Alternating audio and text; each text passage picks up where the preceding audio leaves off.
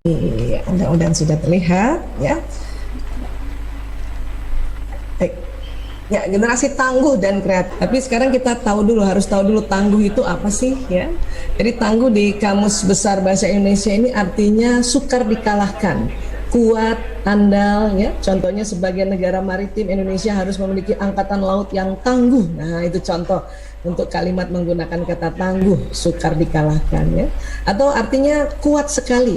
Ya, ini bisa tentang pendirian ya, tabah dan tahan. Nah, ini yang menderita dan sebagainya. Kukuh, ya adalah seorang pejuang yang tangguh. Nah, itu berarti kukuh, ya. Jadi ketangguhan ini kekuatan, keuletan dan kekukuhan. Nah, jadi kita mau anak kita ini kuat dan andal, tentunya juga tabah dan tahan, terutama dalam masa pandemi ini. Ya, ini juga ketabahan dan ketahanan Ananda ini perlu kita bina, ya. Namun tentu kita harus tahu juga sebetulnya Ananda ini bagaimana kondisinya secara fisik, kemudian secara psikologis, bagaimana bakatnya, bagaimana wataknya, itu juga perlu kita ketahui ya untuk membuat anak tangguh ya. Baik, kemudian kalau kreatif apa? Kalau kreatif dari KBBI itu adalah ya memiliki daya cipta, memiliki kemampuan untuk menciptakan atau bersifat atau mengandung daya cipta. Jadi anak-anak atau kita yang disebutnya kreatif itu ya di dalam kondisi seperti ini punya daya cipta untuk melakukan hal-hal yang baru atau bukan baru, sebetulnya hanya sebuah inovasi sudah ada tapi dimodifikasi. Nah, itulah kreatif. Ya, jadi tadi kita minta tangguh dan kreatif. Jadi kita minta Ananda ini ya kuat, kemudian tabah, terus juga punya daya kemampuan untuk berinovasi atau membentuk sesuatu yang unik ya dan bermanfaat tentunya. Ya, jadi goalnya ke situ ya, ayah bunda ya. Iya, baik. Nah, kalau kita bicara tentang otak manusia, inilah otak manusia. Otak manusia ada otak besar, ada otak kecil, kemudian Allah bagi dua, ada belahan kanan dan belahan kiri. Nah, inilah tempatnya hal-hal yang ingin kita masukkan ilmu pengetahuan, nasihat-nasihat, kisah-kisah, pelajaran-pelajaran untuk memberikan informasi atau input-input yang baik terhadap otak Ananda kita ini. Ya, dan buat saya sekolah Islam buat keluarga muslim itu sangat-sangat penting dan urgent ya. Saya bisa bilang begini karena saya juga 6 tahun bersekolah di sekolah Islam, waktu itu di Al-Azhar.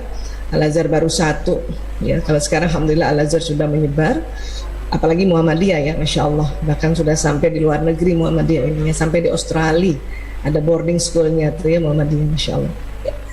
Baik, nah di dalam otak itu tadi, di paling bagian depan ada kita istilahkan lobus frontalis. Ya. Disinilah nanti ada yang kita akan masukkan ilmu, pengetahuan, pelajaran, nasihat, informasi, ya, kisah-kisah. Ya, tentu kisah-kisah Rasulullah SAW ini yang paling penting kita masukkan pada anak-anak ya, mumpung mereka masih mau ya mendengarkan atau membaca ya sirah Nabi ya. Ini kita akan masukkan di sini ya. Sebetulnya di dalamnya itu ada apa Bu Aisyah? Di dalamnya itu ada sel otak atau disebut neuron ya, dan di dalam otak itu neuronnya banyak sekali, ada kurang lebih 100 miliar neuron, dan satu neuron kerjanya kayak satu komputer tercanggih di zamannya.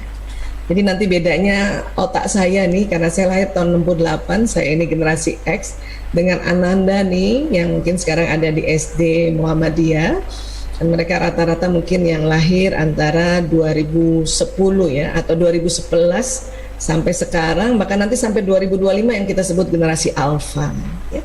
Kakak mereka ini yang di atas 2011 ini disebut generasi Z, yang lahir antara 1996 sampai 2010. Itu lebih canggih otaknya ya. Mungkin ayah bundanya karena masih muda, Anda yang di generasi milenial yang Y ya, yang lahir tahun 80-an sampai tahun 1995 atau 1996. Nah, itu juga punya 100 miliar, tapi lebih canggih lagi anak-anak. Untuk itu kita dilarang meremehkan mereka. Stop untuk bilang mereka generasi galowers atau generasi mecin. Karena mereka bilang, kami nggak tahu kalau mau lahirnya tahun-tahun sekian, Ibu, katanya gitu. Ya, karena sesungguhnya otak mereka itu jauh lebih canggih lagi dari kita. Ya, apa sih di dalamnya ini? Sambungan-sambungan neuron. Jadi satu neuron itu kayak satu komputer yang banyak kabelnya, dan itu terjadi sambungan-sambungan di otak. Setiap ada informasi, setiap ada nasihat, setiap ada pelajaran, ya itu akan tersambung-sambung. Dan sangat cepat sekali sambungannya. Terjadi peristiwa kimia dan fisika di otak anak-anak, termasuk juga otak kita. Ya, tinggal apa yang dikasih, yang dimasukkan tuh apa, informasi apa, informasi yang bagaimana, nasihat yang bagaimana, ya. Jadi apapun masuk di situ. Tapi kalau tadi kita berikannya tentu yang positif, yang baik-baik, ya. Apalagi yang berkonsep dinul Islam, masya Allah, itu nanti otaknya anak-anak ini konsepnya sambungan-sambungan neuronnya itu tentang ad-dinul Islam, masya Allah. Ya, ini yang penting kita tahu bahwa itu terjadi di otak, ya. Jadi terutama di daerah yang lobus frontalis ini terjadi sambungan, ya. Namun di lobus frontalis juga ini terjadi sambungan pengalaman. Ya, pengalaman apa ya? Pengalaman apa yang dilihat, apa yang didengar, apa yang dirasa oleh tubuhnya, apa yang dia rasa di lidahnya atau diucapkan, apa yang dia hidu dari hidungnya. Ya, ini akan tersambung juga di situ.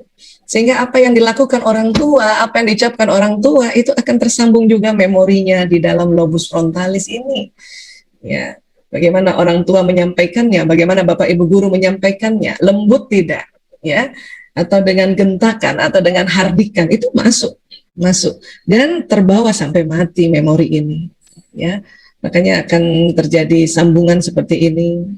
Tentunya kalau kita memberikan suri toladan pada Ananda, itu akan terjadi sambungan di otak neuron, ya, di lobus frontalis ini, suri toladan yang baik, ya. Begitu juga mumpung anak-anak masih mau diminta atau kita arahkan untuk mereka belajar atau membaca sirahnya para nabi, sirahnya juga para rasul, wabil khusus Rasulullah SAW, agar di otaknya ada sambungan tentang kisah-kisah uswatul hasanah yang sesungguhnya buat kita umat Islam. Boleh nggak sih sebetulnya dia tahu juga tentang Batman atau Spider-Man? Boleh aja, karena sebagai sebuah informasi agar mereka juga kreatif, ya. Orang-orang yang bikin animasinya para nabi itu tentu sebelumnya juga dia nonton video-video atau film-film tentang kartun-kartun animasi, kan. Hanya kita sampaikan pada anak kita bahwa kalau yang Batman, superhero itu fiktif, tapi kalau para nabi dan para rasul, sahabat rasul itu adalah real. Nah, itu yang harus disampaikan, ya, agar anak-anak bisa membedakan mana pahlawan sesungguhnya, mana yang fiktif, ya. Termasuk sampaikan pada anak-anak siapa itu Kiai Haji Ahmad Dahlan. Beliau luar biasa, ya, seorang ilmuwan, seorang ustadz, ya, kiai, tapi juga seniman. Masya Allah, ya, seniman, ya, ya. Jadi sampaikan siapa itu Kiai Haji Ahmad Dahlan. Ya. Baik. Nah, kemudian di otak itu selain ada lobus frontalis, ada di tengah ini kita sebutnya lobus parietalis, persis di tengah, dan ada di belahan kanan dan belahan kiri, ya. Ini mohon maaf, ini kita masih tetap pakai istilah Latin karena kesepakatan internasional kalau kita bicara otak manusia atau tubuh manusia pakai istilah medis, ya, supaya lebih universal gitu, ya. Jadi di sini yang di tengah itu ada lobus parietalis, yang di atas telinga itu kanan kiri ada lobus temporalis, agak ke belakang occipitalis. Nah, ini yang otak kecil atau cerebellum, ya. Di dalam ini semua ada neuron kayak gini yang tadi kita sudah lihat sambungan-sambungannya, ya. Nah, ini tempat di mana kita kasih ajaran mereka, informasi mereka, nasihat mereka, ya. Namun ternyata setiap anak ada bawaannya masing-masing, atau neuronnya ini, komputer yang di neuron ini sudah ada sistem, sudah ada data dari Allah. Yang mana Bu Aisyah? Ini yang lobus parietalis. Apa isinya? Nah, ternyata isinya ada satu watak, kemudian ada bakat, atau orang bilang multiple intelligence, ya. Untuk menjadikan anak kreatif dan tangguh, kita harus tahu juga watak dan bakatnya atau multiple intelligence-nya, ya. Karena ada di dalam otak mereka dan ada sejak dalam rahim seorang ibu. Dan biasanya watak dan bakat ini genetik, ya. Jadi ada pesan dari ya gennya orang tua kita atau kakek nenek ya buyut kita sampai 7 ke atas itu ada di daerah lobus parietalis. Tinggal nanti diarahkan. Nah, waktu mengarahkannya itulah pelajarannya masuk di lobus frontalis ini. Ya. Seorang anak punya kecerdasan yang disebut kecerdasan musikalis misalnya. Ya, dia di sini sudah ada neuron-neuron kecerdasan musikalis. Kemudian kita arahkan ya untuk apa? Untuk menyanyikan syair-syair yang mendekatkan diri pada Allah.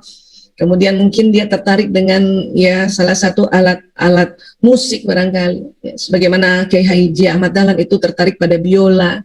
Ternyata kalau orang main biola itu ini banget ya. Saya juga mencoba untuk belajar main biola itu sendu, mengiris kolbu, pokoknya terasa ya. Nah, hanya kalau memang di bakatnya anak-anak itu kecerdasan musikalisnya tidak dominan, tentu ya dia belajar pun ya harus dengan waktu yang lebih lama supaya dia bisa menyamakan anak yang memang kecerdasan musikalisnya tinggi atau dominan. Ya. Walaupun semua orang punya kecerdasan musikalis, hanya urutannya yang berbeda. Ya, nanti kita lihat maksudnya apa ini. Ya. Nah, bakat atau talenta atau kecerdasan ganda atau orang bilang multiple intelligence ya itu adalah suatu kumpulan kemampuan atau keterampilan yang dapat ditumbuhkan atau dikembangkan. Ya, jadi ada disebut namanya kecerdasan ganda, multiple intelligence. Dan dia bakat ini bersifat laten, tersembunyi atau terpendam. Ya. Dan ada pada setiap manusia, namun dengan kadar pengembangan yang berbeda. Artinya semua manusia punya kecerdasan ganda. Semua manusia punya 8 kecerdasan. Hanya nanti beda-beda komposisinya. Ya.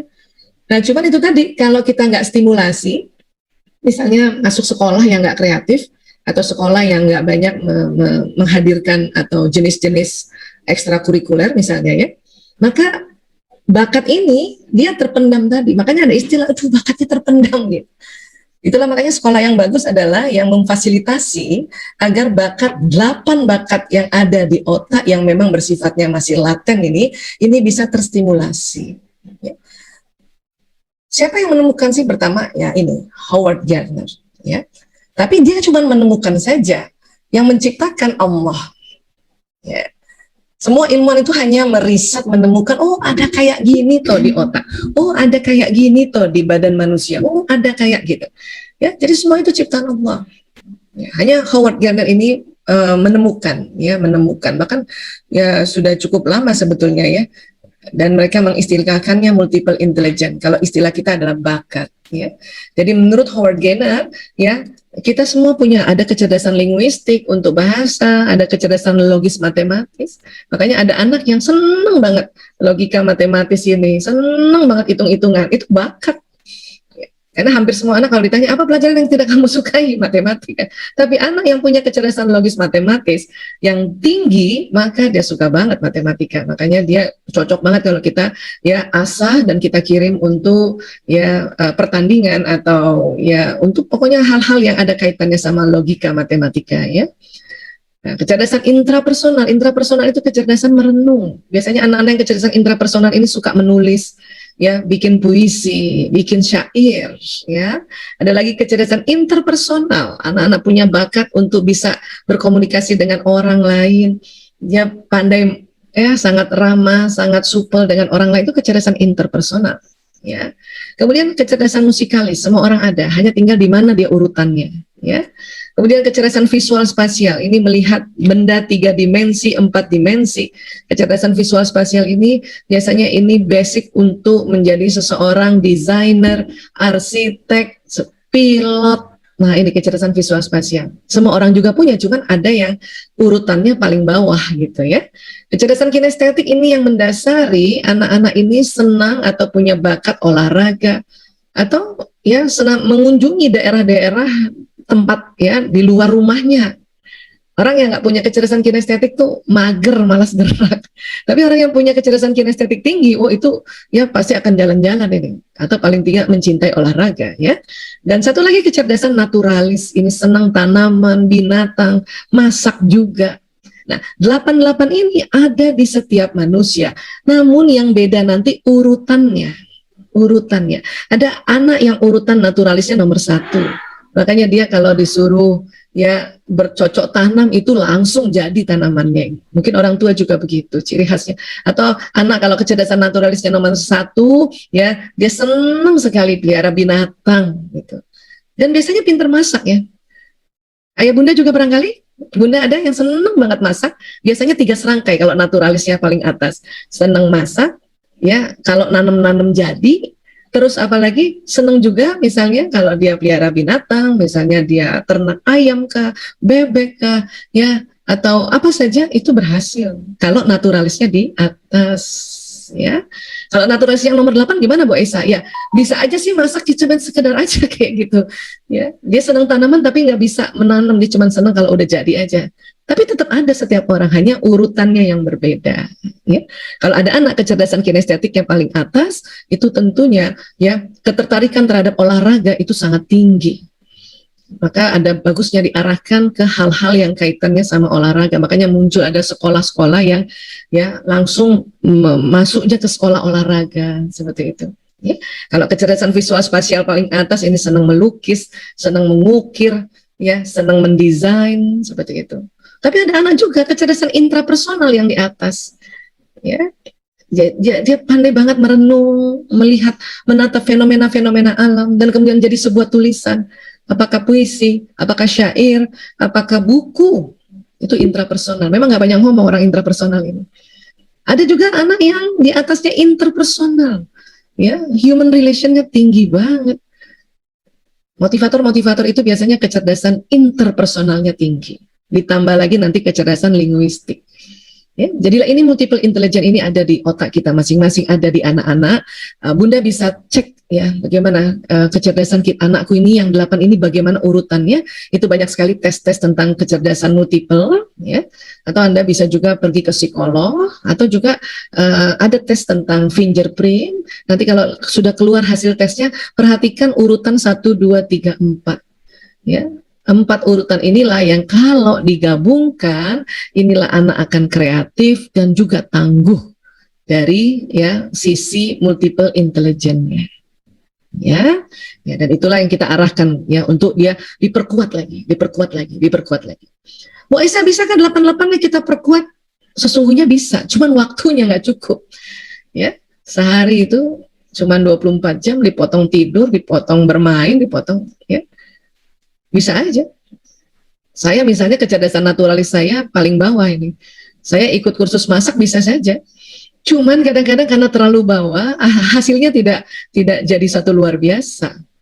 Saya misalnya kalau nggak kursus masak, ya masak sesuatu yang standar aja. Mungkin nilainya 5 ya. Tapi kemudian kursusnya cuma jadi naik 6. Dan saya punya kecerdasan linguistik nomor 1. Belum kursus saja ya, kecerdasan linguistik saya sudah 8, apalagi kursus. Maka karena waktu yang tidak banyak ini, kita arahkan, kita lihat mana urutan 1, 2, 3, 4 itu yang di-upgrade anak-anak ini. Itu yang diperkuat. Ya, seperti itu. Supaya apa? Supaya betul-betul mereka punya spesifikasi masing-masing. Dan saya juga gitu, kalaupun saya mau minta tolong masak, karena saya tahu saya kecerdasan naturalis saya nomor 8, saya minta mendingan telepon adik saya yang memang pinter masak, dia kecerdasan naturalisnya nomor 1. Nah, disinilah anak-anak atau diri kita harus tahu yang disebutnya teamwork. Ya. Kita harus sama-sama ngerti bagaimana kerjasama gotong royong sesuai dia punya talenta masing-masing. Ya, iya, Insya Allah ini baru bicara tentang bakat, ini belum kita bicara hal yang lain. Tapi ini sudah menurut saya inilah basic atau dasar daripada untuk kita membuat anak ini tangguh dan kreatif. Ya, baik. Nah, dari otak ke badan itu ada sistem saraf. Jalan ke tulang belakang itu kabel-kabel sarafnya. Nanti dari tulang belakang jalan ke seluruh tubuh, kabel-kabel saraf ini keluar. Ada yang ke wajah, ke leher, ke badan, pokoknya ke seluruh tubuh ini. Kabel-kabelnya ini ya. Dan kabel saraf ini sebetulnya saya berkali-kali di dalam seminar umum cerita tentang cara kerja kabel saraf itu kayak kabel listrik. Dia bawa listrik dia. Listrik itu bawa apa? Bawa pesan. Dari mana? Dari otak. Dari otak. Ya. Termasuk itu tadi kita Ananda punya bakat atau kita punya bakat, watak juga. Dan ilmu-ilmu yang masuk di otak bagian depan. Ada orang bakatnya sama, kecerdasan kinestetiknya tinggi, tapi ilmu di depannya beda. Satu sekolah Muhammadiyah, satu mungkin sekolah tempat lain. Nah, itu nanti yang membedakan. Ya. Nah, kemudian juga sistem saraf ini membawa pesan dari apa yang dilihat, apa yang didengar, apa yang dihidup, apa yang dirasakan lewat mulut, dikecap, apa yang diucapkan, apa yang disentuh. Ya. Dan uniknya setiap saraf anak beda-beda kekuatannya. Ada anak kekuatan saraf matanya kuat. Maka kalau dia belajar, dia harus lihat gurunya, harus lihat tulisannya. Itu yang kalau gaya belajar, istilahnya gaya belajar visual. Ada anak, ya, saraf telinganya yang kuat, maka dia nggak perlu lihat gurunya terus, yang penting telinganya dengar sumber suara. Itu namanya gaya belajar auditori. Ayah bunda, kalau ada anak ya sedang belajar dan ini sedang PJJ, dia tidak lihat bapak ibu gurunya dengan matanya, tapi telinganya dia arahkan ke sumber suara, bisa jadi dia auditori. Atau dia senang belajar sambil dilafazkan itu pelajarannya, atau harus ada musik kah, atau senang belajar di tempat yang ramai. Itu berarti sistem saraf telinganya lebih kuat menangkap informasi dibanding saraf yang lain, walaupun matanya tetap mengambil, menangkap, ya, namanya auditori. Oke? Nah, ada nggak siapa ayah bunda yang waktu sekolah itu harus baca soal harus dilafazkan itu ya? Nomor 1 diketahui seorang ibu membeli, gitu ya, itu berarti auditori karena harus bunyi, ya. Atau ada anak yang bunda ceritain, bunda bacain, itu. Nah, itu adalah anak gaya belajar auditori. Matanya tetap bisa melihat, tetapi auditorinya lebih kuat. Ya. Ada anak lagi yang unik ya, sistem saraf tangan dan kakinya yang lebih kuat menangkap informasi, sehingga kalau dia mendengarkan informasi dari bapak ibu guru, dia harus gerak-gerak. Itu namanya gaya belajar kinestetik, dia harus gerak-gerak, pegang mainan, atau jalan-jalan bawa gadgetnya, dia jalan ke sana ke sini, naik turun tangga. Itu namanya gaya belajar kinestetik. Kenapa? Karena sistem saraf tangan dan kakinya itu lebih kuat menangkap informasi dan dia harus gerak, ya. Jadi ayah bunda kalau lihat anak-anak belajar kayaknya tidak tenang, bisa jadi ananda tuh gaya belajarnya adalah kinestetik. Atau dia sambil main yoyo, sambil main bola, ya, pokoknya gerak sana gerak sini. Itu gaya belajarnya kinestetik dan nggak perlu dimarahin, ya. Justru kalau kita suruh diam, maka dia nggak cepat ngerti informasi, nggak cepat masuk di otaknya, karena sistem saraf di bagian tangan dan kakinya lebih kuat menangkap dibanding mata dan telinganya, ya. Namun semuanya nyala sebetulnya, hanya ada dominannya. Ini perlu juga kita tahu, ya. Nah, jadi apa yang ada di otak ini akan jalan ke sistem saraf, membentuk perilaku. Karena sistem saraf ini kayak kabel listrik. Tentu ya, apa yang kita ajarkan di depan dan masuk di otak depan itu juga jalan di badan. Sehingga ajaran-ajaran, nasihat-nasihat, ilmu-ilmu, ya, pengetahuan-pengetahuan, kisah-kisah, arahan-arahan itu masih mereka pentingkan untuk menjadi seseorang yang tangguh dan kreatif, ya. Karena potensinya memang sudah ada di mana, di lobus parietalis. Ini potensi. Namun tetap harus dibimbing karena di lobus frontalis ini akan memberikan informasi yang nanti berkaitan dengan apa yang ada di lobus parietalis agar dia jalan lewat batang otak ini, lewat sistem saraf di tulang belakang. Bunda. Ya. Ada anak sama nih punya kecerdasan bahasa. Tapi satu sekolahnya di Muhammadiyah, satu lagi sekolahnya tempat lain. Nah, itu yang nanti membedakan. Mungkin anak yang punya kecerdasan bahasa, dia diajak lomba pidato, ya bagus, dia senang, minat. Tentu kalau yang sekolahnya di sekolah Islam, tentu isi pidatonya tentang konsep-konsep adinul Islam, ya. Tatanan pidatonya itu jelas, ada doa pembuka, ya, ada doa penutup juga, kan gitu. Nah, itu nanti yang membedakan, ya. Oke. Nah.